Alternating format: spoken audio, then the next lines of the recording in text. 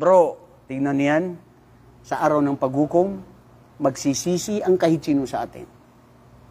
Nasasabihin niya na, ya Allah, sana hindi ko naging kaibigan ang tao na siya ay nagturo sa akin ng shabu. Nagturo sa akin ng droga, nagturo sa akin ng inom, nagturo sa akin ng pula-puti, nagturo sa akin ng lahat ng mga kasalanan.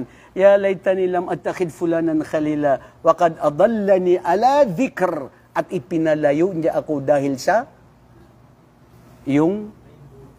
sa pag-aalaala sa iyo, ya Allah. Naligaw ako dahil sa Kanya. Mga kapatid, ilan sa mga pagkakapatiran na kung bakit napahamak ang buhay niya ay dahil sa kaibigan.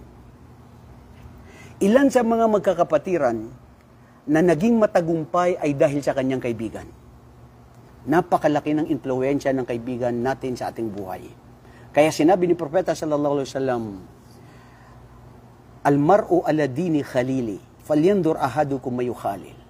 Ang isang tao ay doon siya, ang magiging katulad niya, ang kung sino ang kanyang kinakaibigan. Hanapin nyo, piliin nyo ang sinong mabubuti ninyong kaibigan, magpapaalala sa inyo sa Allah, magtuturo sa inyo ng kabutihan. Wallahi, hindi ka droga, hindi ka masama, naging masama ka dahil sa kaibigan mo. Naging ulama ka, naging ustad ka dahil sa kaibigan mo. Wallahi, in my own experience,